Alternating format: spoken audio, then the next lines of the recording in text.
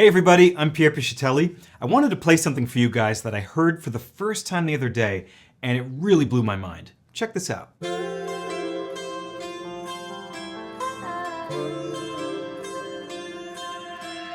Now listen to this.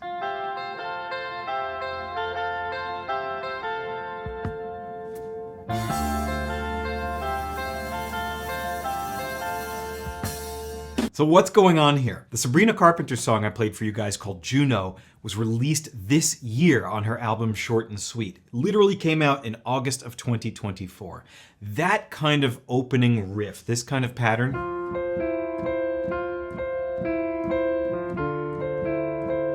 you just don't hear that in music today. The second example I played for you, which is the much beloved tune from the Pat Metheny group called Phase Dance, made that very riff famous in my opinion. It's not the only example, as I'm going to talk about later in this video, but in my mind at least, and in the mind of many of my musician friends that I asked, that riff is very much associated with Phase Dance. The Sabrina Carpenter song starts off with this riff.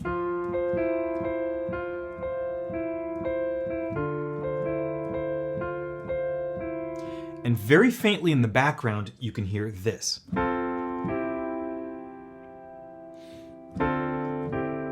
What's happening harmonically, we're in the key of F major, and you're essentially hearing an F major chord, and then you're hearing a C triad, C major rather, over F. So the F is not moving down below.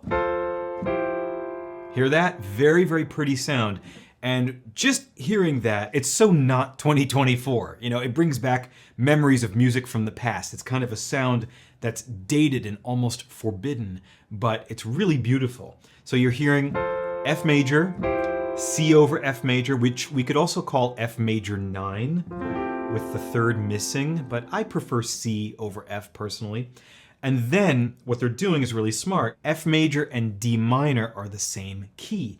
D minor is the relative minor of F major, same set of notes. So by moving the left hand to D,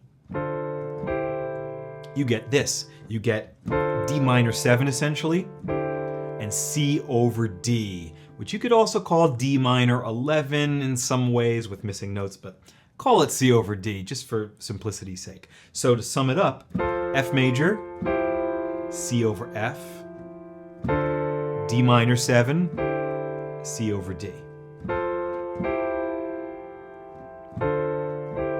And then there's that rocking pattern.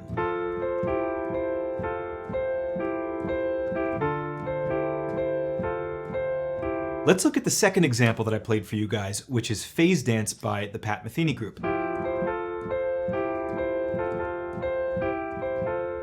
Now the relative minor.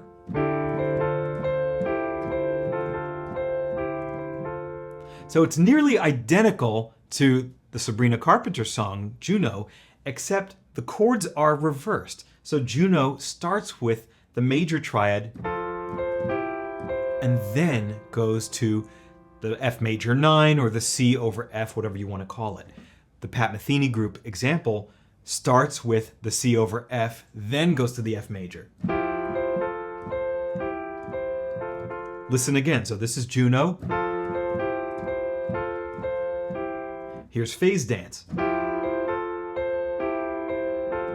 So similar, and the vibe, the rhythmic profile, the whole thing, they're just so similar. I find it very hard to believe that the people working with Sabrina Carpenter weren't in some way, shape, or form influenced by Pat Metheny and Lyle Mays. What's also very interesting is that if you keep listening to that Pat Metheny group album, which happens to be their first, there's a track called April Joy, which happens later on, and at the very end of that song, you hear this.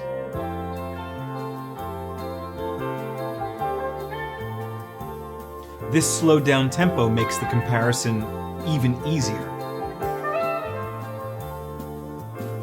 I think it's pretty clear why a lot of musicians, myself included, associate this particular harmonic device combined with the rhythm that I've been demonstrating to you guys with Pat Metheny and Lyle Mays. It really became a trademark of theirs, and you can even hear it in live Joni Mitchell performances where Pat and Lyle were her backing band. Check this out.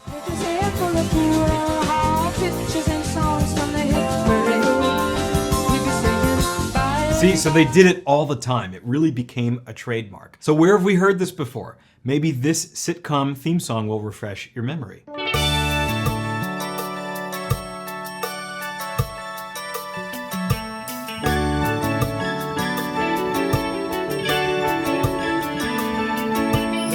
Right? Very, very similar. That one is in the key of D and actually introduces a third chord into the mix. So you have D, A over D, which is beautiful, and sort of a B minor 7, omitting the 5th. Back up to A over D, and then D major again. With some rhythm. But it really is based on the same thing. Let's go back to just talking about the chord progression for a second, okay? Take the rhythm out of the mix. I did mention that this device was used in a lot of, for lack of a better term, yacht rock or adult-oriented rock music. It was all over the place in the 70s and the 80s. Here's a great example.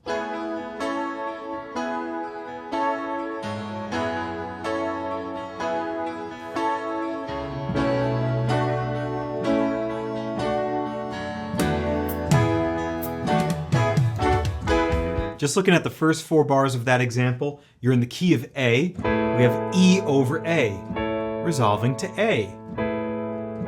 And then the relative minor. The bass goes to F sharp. And the same chords happen in the right hand, of course, creating E over F sharp sus, you could call it, to F sharp minor 7.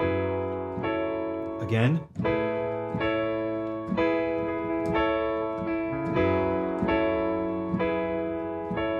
The more you hear it, the more you'll realize that it's just everywhere. I'll show you guys one more example. This is actually the oldest one that I can find. This is from 1972 from Todd Rundgren's amazing Something Anything album. Listen to this.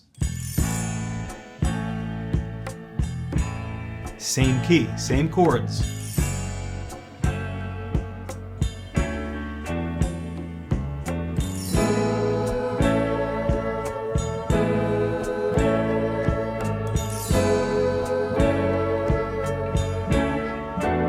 That little bit at the end is added, right? Has nothing to do with what we're talking about, but it is a resolution because E wants to come back to A. 5 wants to come back to 1. What do you guys think? Is this a dated sound? Is it cheesy? Is it corny? Does it belong in the past? Or do you think it's beautiful? Or maybe I'm the only person on earth who actually thinks about this stuff. Hopefully not. Leave me a comment. Let me know. Thank you so much for watching till the end. It means a lot. I hope you guys learned something. Don't forget to check out the Spotify playlist in the description with all of the songs that I covered. And most of all, don't forget to listen to Short and Sweet. It's an amazing album, and you're gonna hear a lot of similar little nuggets that kind of raise your eyebrows and make you wonder about the direction of music in 2024 in a good way. Don't forget to like and subscribe. See you guys in the next one.